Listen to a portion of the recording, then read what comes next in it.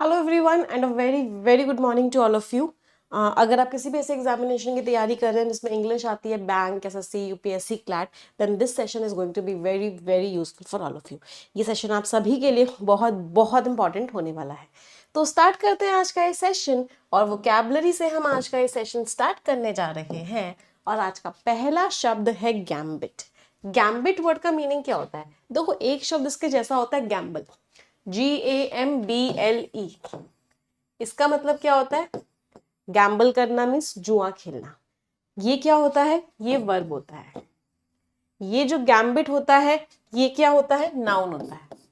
Gambit करने का मतलब क्या होता है? गैम्बिट करने का मतलब होता है कि आप कोई चाल ले रहे हो, मतलब आप कुछ ऐसा काम कर रहे हो जो आपको कुछ फायदा पहुंचा सके। मतलब आप कोई स्ट्रैटेजी कर रहे हो, आपने कोई एक तरीके से दिमाग में कुछ सोचा और कोई ऐसा काम कर दिया जो आपको फायदेमंद हो। उस तरह के काम को क्या बोलते हैं? उस तरह की चीज को क्या बोलते हैं? गैम्बिट बोलते हैं। Something that is a stratagem, something that is a tactic. आपके अपने फायदे के लिए आपने जो स्टेप उठाया। एंटोनिम्स हो गए फ्रैंकनेस, ऑनेस्टी, आपने अपना फायदा नहीं देखा, आपने बिल्कुल क्लियर क्लियर चीजें करी, आपने कोई चाल नहीं चली, ये एंटोनिम्स हो गए। उनका जो वादा था कि वो टैक्सेस कम कर देंगे, वो क्या था? इलेक्शन ईयर गैम्बिट था। सिर्फ एक स्ट्रैटेजी थी इलेक्शन में जीतने की कि हम टैक्सेस को कम कर देंगे। अगले वर्ड पे आते हैं, प्रोपेल करना। प्रोपेल मीन्स किसी चीज को पुश फॉरवर्ड करना, किसी चीज को आगे की तरफ धकेलना, मीन्स एनकरेज करना, मोटिवेट करना किसी चीज को। आप क्या कर रहे हो? कैटापुल्ट कर रहे हो। कैटापुल्ट देखा है? एक सॉन्ग था, दीदी तेरा देवर दीवाना, शायद उसमें ऐसे सलमान खान जो होते हैं कैटापुल्ट से ऐसे निशाना लगाते हैं, तो वो जो गुलेल होती है उसको बोलते हैं कैटापुल्ट। उसको नाउन की तरह भी यूज करते हैं, वर्ब की तरह भी यूज करते हैं। तो कैटापुल्ट क्या करता है? उस स्टोन को आगे की तरफ फेंकता है, मीन्स प्रोपेल करता है, थ्रस्ट, आगे की तरफ फेंकता है। तो कोई भी चीज किसी चीज को आगे की तरफ फेंके, आगे बढ़ाए, तो एनकरेज भी करे, मोटिवेट भी करे। एंटोनिम्स हो गए, रोक ले, हिंडर कर ले, रोक ले। तो ये जो पिक्चर है, इसने उसे फोर्स किया, मोटिवेट किया कि वो क्या इंटरनेशनल स्टारडम पे पहुंच जाए। मतलब इस मूवी की वजह से वो एक इंटरनेशनल स्टार बन गए। तो एक्शन की बात कर रहे हैं। Part of speech is what? It is a verb, right. चल अगले शब्द पे आते हैं। Next word is deepening. कोई चीज डीपन होती जा रही है, इसका मतलब क्या है? गहरी होती जा रही है। तो समथिंग इज डीपनिंग, इसका मीनिंग क्या होता है? गहरा होना, गहराइयों में जाना। मीन्स हाइटनिंग, स्ट्रेंथनिंग, मीन्स और स्ट्रांग बनती जा रही है, और इंटेंस बनती जा रही है। मेरे अंदर जो फीलिंग्स हैं तुम्हारे लिए, वो क्या होती जा रही है? डीपन होती जा रही है। फिर सामने वाले ने क्या बोला? तुम ना से सब झूठ वूठ मत बोला करो कि फीलिंग्स डीप है, तुम्हारी फीलिंग्स तो शैलो है। शैलो का मीनिंग क्या होता है? सुपरफिशियल। सुपरफिशियल का मतलब क्या होता है? डीप ना होना, सिर्फ ऊपर ऊपर से होना। तो ये इसका क्या हो गया? डीप का। डीप का ये एंटोनिम हो गया। तो उनको एक बहुत ज्यादा सेंस, किस चीज का गहरा सेंस लगा? डेस्पेयर। डेस्पेयर मीन्स उम्मीदें खो देना, डेस्पेयर मीन्स होपलेसनेस। एक्शन की बात कर रहे हैं तो पार्ट ऑफ स्पीच वर्ब है, और V1 प्लस ING है, तो एडजेक्टिव की तरह भी इस्तेमाल हो सकता है। अगले शब्द पे आते हैं। अगला वर्ड है शेल्फ। शेल्फ करने का मीनिंग क्या होता है? आप अच्छा खासा तैयारी कर रहे थे, अचानक से आपने देखा कि शर्मा जी के लड़के का सिलेक्शन नहीं हुआ, तो आपने भी अपनी तैयारी को शेल्फ कर दिया। शेल्फ का मीनिंग क्या होता है? रोक दिया, या फिर क्या किया? पोस्टपोन कर दिया, वहीं के वहीं आप रुक गए। तो शेल्फ मीन्स आप उसके साथ कंटिन्यू नहीं कर रहे, थोड़े टाइम के लिए या परमानेंटली स्थगित कर देना, पोस्टपोन कर देना, डिफर कर देना, रोक देने को स्टॉल कर देना भी कहते हैं। स्टॉल कर देना मीन्स आपने रोक दिया, राइट। एंटोनिम्स क्या हो गए? नहीं, आप करते हुए चले, एग्जीक्यूट किया आपने, इम्प्लीमेंट किया। तो कंपनी को एक्सपैंड करने के जो प्लान्स है, उनको चुपचाप शेल्फ कर दिया गया है, रोक दिया गया है, या पोस्टपोन कर दिया गया है। एक्शन की बात कर रहे हैं तो part of speech is verb. समझ आ रही है वोकैबुलरी सभी को? चलो आगे बढ़ते हैं। अगला वर्ड है एम्ब्रेस। एम्ब्रेस में क्या होता है, आपने देखा होगा लास्ट में कभी खुशी कभी गम में अमिताभ बच्चन जो है शाहरुख खान को एम्ब्रेस कर देते हैं, काजोल को भी एम्ब्रेस कर लेते हैं। एम्ब्रेस करने का मतलब क्या होता है, अपना लेना। एम्ब्रेस करने का मीनिंग क्या होता है, आपने किसी चीज को क्या किया, अपना लिया एंथुजियाज्म के साथ, फुल एनर्जी के साथ, दैट इज एम्ब्रेस कर लेना, एक्सेप्ट कर लेना, अप्रूव कर लेना। एक्शन की बात कर रहे हैं वर्ब। लेकिन शुरुआत में अमिताभ बच्चन क्या कर रहे थे, शाहरुख और काजोल की शादी को रेजिस्ट कर रहे थे, अपोज कर रहे थे। तो रेजिस्टेंस और अपोजिशन क्या हो गया, एंटोनिम हो गया।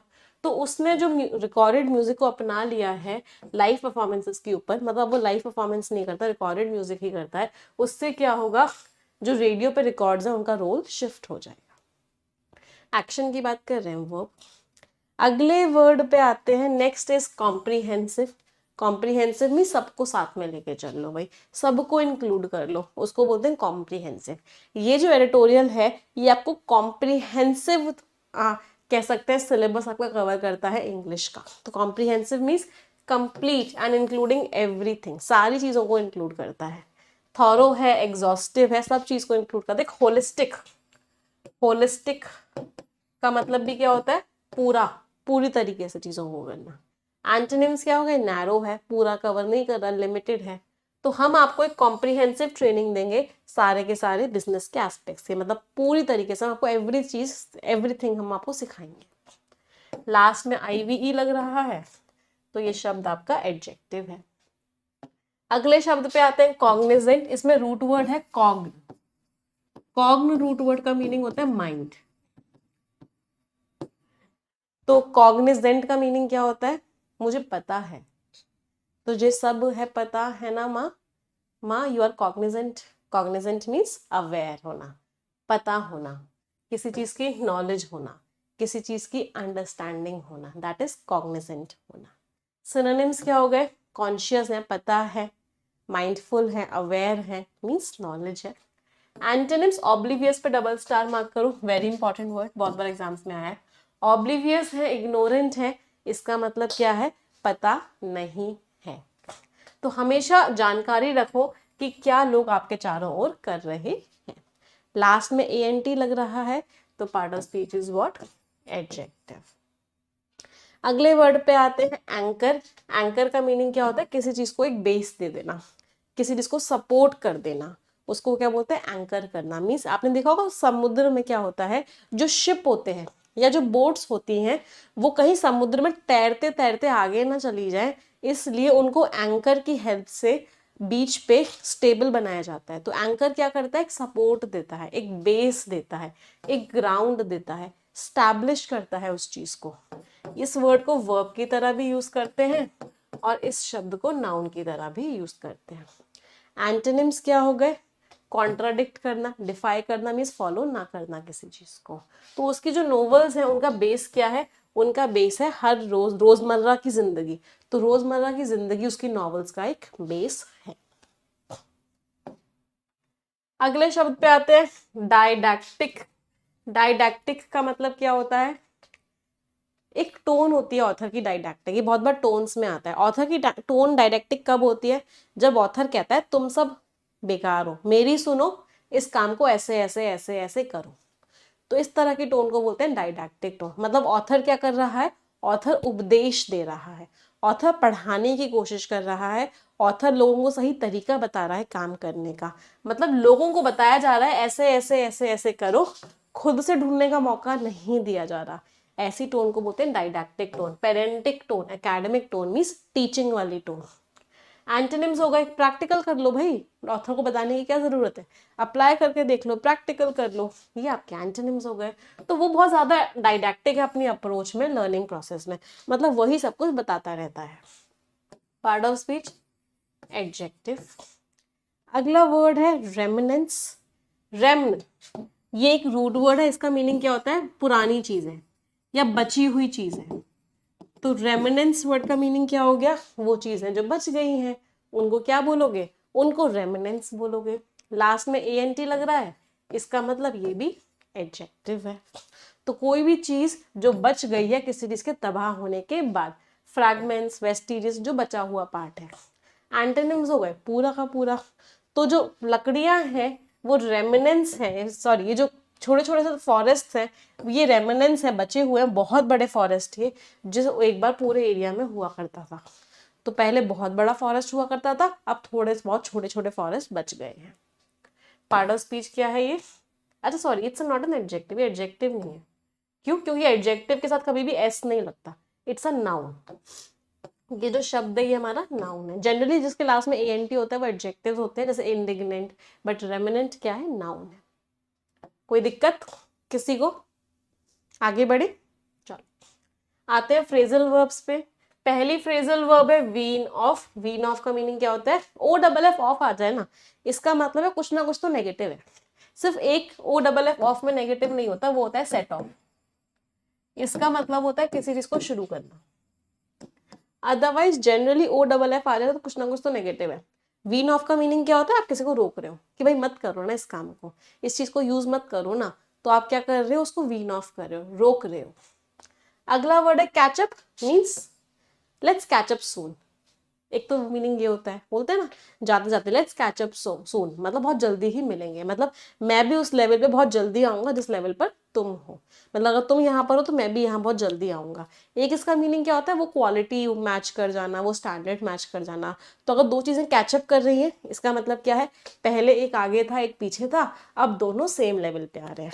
सो दैट इज व्हाट कैचअप। अगला वर्ड है ड्रॉन अप, मीन्स किसी चीज को प्रिपेयर करना। तो he has drawn up a wonderful proposal, मतलब उसने एक बहुत अच्छा प्रपोजल बनाया है। तो ड्रॉन अप मीन्स बनाना। एक फ्रेज यूज हुआ है and the phrase is spring cleaning. Spring cleaning का मतलब क्या होता है?